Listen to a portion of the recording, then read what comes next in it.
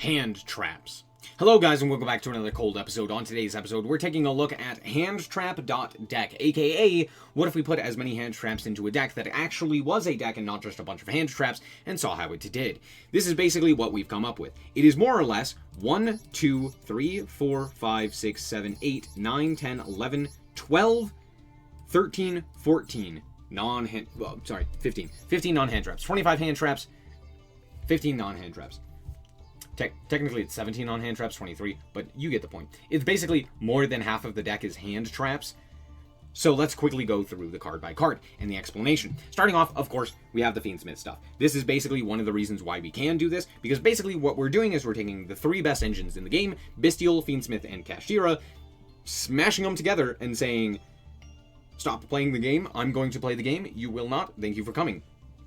And yeah, that's pretty much it. This works only really because the Bystials are so good right now, due to the fact that everyone is playing the Fiendsmith stuff. You just banish the Fiendsmith stuff, and yada yada, bada bing bada boom, you win the game.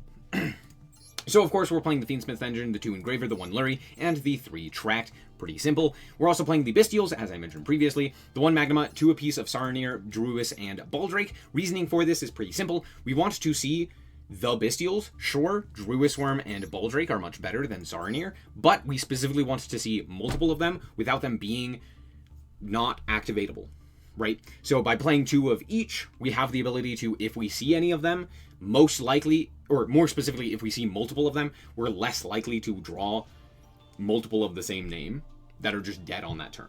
So being able to activate them multiple times is very, very useful. So that's pretty much what we're doing there. And then, of course, the 3 Lubellion, as well as the 1 Regained. You could also play something like Beast as well. I felt like it wasn't all that worthwhile. And on top of that, it just kind of added another brick. So, yeah, there you go. Then we're also playing the Kashtira stuff. We're playing the 1 Fenris, as well as the 2 Unicorn. Pretty simple there. They're just free guys, and they're extremely useful. Especially Unicorn. Unicorn being able to rip out something like a Sequence, or a Moon, or whatever it may be from the opponent's extra is extremely useful. And then we also have the 1 Wraithsoth as well as the 1 Birth. And that's pretty much it in terms of engine. The rest is non-engine, such as the 3 Valor, 2 Maxi, 3 Ashe, 3 Fualos, 3 Nibiru. Nibiru is extremely good right now. I would highly suggest making or putting this guy into all of your decks, at least at 2, probably at 3, because think about what people are currently doing. Yes, they can do the Azamina stuff. They can put that onto the field as well. But they can also not do that. Most of the time, it's just the Fiendsmith stuff, which doesn't interact in any capacity with Nibiru, and you could just prevent them from getting into something like a Beatrice, or a DD Wave King Caesar, or whatever it may be, because you can just nib them at that point, which is very, very useful. It's also one of the reasons why we're playing 3 Valor and 2 Infip, as opposed to the other way around. Normally, Infip is just better, but yeah, that's pretty much it. It doesn't interact very well with Nib, nor with the Bystials. And then the 2 Called By as well. As for the extra, pretty much most of this is what you should be playing. However, there are a bunch of cards in here that also you don't need to play. I'll tell you them when we get to them. We are playing the 1 Lacrima, the 1 Desiree, and then the 2 Requiem. Requiem at 2 is very, very useful. I've mentioned this several times in my videos, but generally what you're trying to do is, if this ends up getting negated by Ashe or by a myriad of other things, right? If this goes to the graveyard, if you don't have access to it in the extra, what you can do is you can still just be able to, whether that's through Engraver or through Lurry or through Tract or whatever it may be, you can still just do the combo again, which is very nice. So it's just like an additional thing to have. It's pretty useful. And then, of course, we have the 1 Moon and the 1 Sequence. And then the rest of the cards are pretty simple as well. We are playing a whole bunch of Link monsters. The IP Masquerena, probably not really all that useful. The 1 Muckracker, the 1 SP Little Knight, the 1 Apo, and the 1 Axis Code Talker. This guy, and Apo are all kind of not necessary when it comes to Link monsters. They are useful, but they're not necessary. Axis Code Talker is pretty useful, just being able to like clean up the field. But this one is also kind of not necessary. Both of the Synchros are also not necessary. However, they are nice just due to the fact that you can use them with Ashe and one of your monsters, whether that being the Bystial Lubellion or the Kashtira stuff, in order to just kind of clean up the board more efficiently, or put up in a negate or something of that nature that's just more difficult to deal with. And then we have 2 Xyz with the Beatrice. Beatrice is okay in here.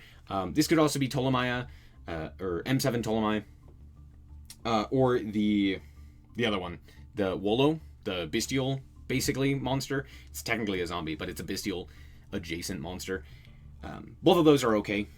I think Beatrice is pretty nice, though, all things considered. It pairs with Birth, it pairs with Regained, it pairs with a bunch of other stuff like that. So it's not terrible. And then the DD Wave King Caesar. This guy's just absolutely invaluable. He's super good. And yeah, that's pretty much it. Let's hop into the replays and show you how this deck performs. Alright, here we are going second, and wow! Look at that hand. 2 Nibirus. Anyway, out comes the Fabled Lurry, and yeah, they're going to activate its effect. I'm going to activate the Maxi. My opponent sat here for like a solid minute. Probably not that long, but it sure felt that long. And then they finally go for the Called By. I don't know why it took so long, but it did. So there's that. Anyway, out comes Requiem. Requiem effect is going to activate. They're going to special summon out the Engraver. Then they are going to normal summon Droll. That's why, by the way. Anyway, they're going to go for the sequence here into the Lacrima. Lacrima is going to special summon back, and I am going to go for my Nibiru. Now, I thought they had already used Engraver at this point, so that's a bit of a goof on my part, because they can put back the sequence, but at the very least, they've already used the sequence. Also, they go for the Engraver here. I do think this is a bit of a misplay. I originally thought it wasn't, but the reason for this, or for this way of thinking, is because if Lacrima, or if Engraver now goes to the grave, right, while it is a big body, which is pretty nice, right, being able to just, like, have him on field is not bad. The problem with it is that if it does end up going to the grave, right, what's going to end up happening is that you're going to just have nothing in grave to do, right?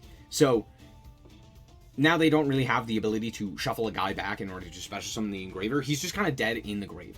Now, it kind of depends on what's in their hand, right? They could have, like, Lurry in hand or Retract or something else of that nature, which means that this basically doesn't matter. But overall, yeah. I'm just going to walk over the Engraver here, and then I'm going to go for the Moon into Requiem after normal summoning a Veiler. In order to go into the Engraver, Engraver is going to be equipped with the Requiem. Requiem is going to send out that guy. We're going to set a card and pass the turn. And that's pretty much it. Don't really have much more to do. But yeah, there you go. My opponent is going to then activate the Quick Play Sanct, which is, it just special summons a token, which is wild. So yeah, here you go. Out comes the full combo. They're gonna go and activate the Engraver. They're gonna send away my guy, and I'm like, that's fine. They're going to link away, and hey, is that summon number 5? It is. I'm gonna actually imperm here, and reason being, you'll see in a second. But they're gonna go for this guy. They're going to shuffle it back, special summon out this guy. I'm gonna go for the Nib here, and this basically just means that I can walk over the Nib. As well as it doesn't, I don't take any more burn damage, which is pretty nice. We're gonna go for the Engraver here, to which my opponent will respond with Rivalry of the Warlords. Now, luckily, I drew a Bystial. If I don't draw a Bystial here, I hard lose. Maybe not hard lose, but I probably lose this game. But luckily, I do draw the Bystial here. So we're going to go and banish the sequence here in order to special summon the Bystial so that we can have Dragon as our type, which means that if we draw any other Bystials, we still have the ability to use them. Also, banishing the sequence here makes the most sense in my mind because they have both Engravers. It doesn't really make sense to do that. But if we banish the sequence, they basically don't have access to that from now on. Anyway, we're going to allow them to bring out the Engraver into the Requiem. Requiem effect is going to activate, to the which we will promptly ash that and say, no, we don't want that. So yeah, they're just going to end the turn there. Coolio. I'm going to draw really well. Draw the Bystial Lubellion. That's probably the best. It didn't matter. That's okay. We can still do something here. This is not terrible, all things considered. We're just going to walk in with the Bystial Druisworm. Then we're going to special summon the Lub so that we can put it in defense without having to put it into attack position. Just slightly better. And then we also get to put Regained onto the field. So, pretty useful. My opponent's going to set a card and pass the turn. Cool. And we top deck another Bystial Lubellion. Now, why did they not activate the Engraver here? Well, because we do have the Druisworm in grave, and it's not like they have sequence or anything like that, so they may have just been like, it doesn't really do anything. I get it, but there you go. They activate Imperm here for reasons, I don't know. Maybe they thought it was like Called By or something. Anyway, we grab the Magma here, banishing their Engraver that they have left. We're going to also put it back in order to draw Ash, which is really, really good. We're going to walk in for almost lethal. Not quite, but yeah, out comes another Bystial Lub, and then we're going to search during the end phase a Ball Drake, which is pretty good as well. My opponent is going to then normal summon for turn the Magical Musketeer, Casper. Now, I'm going to special summon a whole bunch of my guys and then activate my thing to put back the Requiem. We draw tracks, which is very funny. Out comes Max. We are going to Ash that, and at this point, the game is over. So, yeah, it was Magical Musketeer this whole time. Trust. Alright, so here we are going first, and let's see what we can do. This is where we can, I can show you more or less what we're trying to do. We still have the 3 hand traps, but now we can go for the Unicorn, grab a Birth. My opponent goes for the Droll, so I can't go for the Engraver, but I do get to peek at their extra, and you didn't see it, but it was Kashtira, and that's why I stole the Big Eye. So I know that they have the Arise Heart, I know that they have 3 of the rank 7, whose name I can't remember, the Kashtira rank 7, and then I also know of, like, Baron and stuff like that. So, I take the Big Eye, because Big Eye against Kashtira, when they have Unicorn on the field, is, like, really bad. If they just put, they could just steal my Unicorn. So I'm like, I don't want that. They only had the one, I'm gonna yoink that one. And then I just activate the Birth and pass the turn. I'm also feeling pretty good, right? We have Nibiru, we have Ash, we have Valor. It's not bad. They're going to attempt to draw 2 with Pot of Desires. I'm going to Ash that. Tragic. They're going to then attempt to activate the Fenris. I am going to also Valor that so that they don't get the Search as well, which is pretty nice. And I'm going to rip the Baron out of their extra. Because again, that's the thing I'm most concerned about. So that's basically what I do there. My opponent goes for the Kashtira Birth to normal summon Ogre, which they just had. And then, of course, the last card that they just had was Rise Heart. What? You're telling me you had Fenris, Ogre, Rise Heart, Birth? That's crazy. Okay. Anyway, they're going to reveal the top 5 cards of my deck, and Regained seems to be their take. Yeah, that's obviously what they do. It was obviously the 5th one as well, which is a choice. Anyway, my opponent walks over the field. They're then going to go for the Shangri-Era. That's what it's called. I always forget that. They're going to banish here in order to banish the other 3, so now we know that we're drawing Imperm for turn. They're going to do this. They're going to then special summon the Fenris. They're going to do this as well. Now, I'm just kind of like waiting here for the Arise Heart. Again, I know that they only have the one Arise Heart, so I'm just kind of waiting for that. And then I realize, oh, crap. Well, there goes my Birth. That's fine. It's fine. If we put a Nibiru onto the field, it's fine. And they do the thing where they activate the Birth in order to special summon out the Fenris. It's not like a bad idea, but this allows me to nid them for their life savings. They just have nothing at this point. So that's very nice. We do have Engraver as well, and we draw Imperm, which is not terrible. We're going to go for the Engraver. We know that out comes the Preparation. They're going to grab up the Unicorn, and I can't contest Unicorn because it being on the field means that it turns on Birth, which immediately kills me, and Unicorn can eat my extra, which I really don't want. So I have to immediately go battle, walk over the guy, and then just pass the turn, or not pass the turn, then go for the Engraver. Out comes Lurry effect, Spatial Summon, and then we can go for the Requiem, and you know the combo at this point. I'll tell you when it deviates. Out comes this guy. We are going to then send the Primal Beam token to the grave, and now we can go for the sequence. We're going to special summon out the Lacrima. And now, this is where I make a decision. So, first of all, I do special summon back this guy, and then I link for SP Little Knight, which may seem a little bit strange. Now, I haven't used my Engraver Engrave as well. That sounds really weird. I haven't used the Engrave effect. So, I am going to go for the SP to banish their Birth so that I don't have to contend with that. I could have either gone Desiree at that point, or I could have gone for the SP Little Knight. And for this guy in particular. Which is the DD Wave King Caesar. Now, Wave King Caesar is, or High King Caesar, sorry, Wave High King Caesar, my bad. Now, this guy in particular is very good, just in general, due to the fact that he just kind of kills a lot of the Kashtira cards that they have left. Pretty much everything else is, like, either Engrave, which means it'd be Birth or something along those lines, which this would be pretty useful for. And then SP is also just very good by getting rid of that Birth. They're going to go for the Shangri-Era during the standby. I will promptly negate that, as well as trigger my Lacrima in order to shuffle back to deal a bit more damage.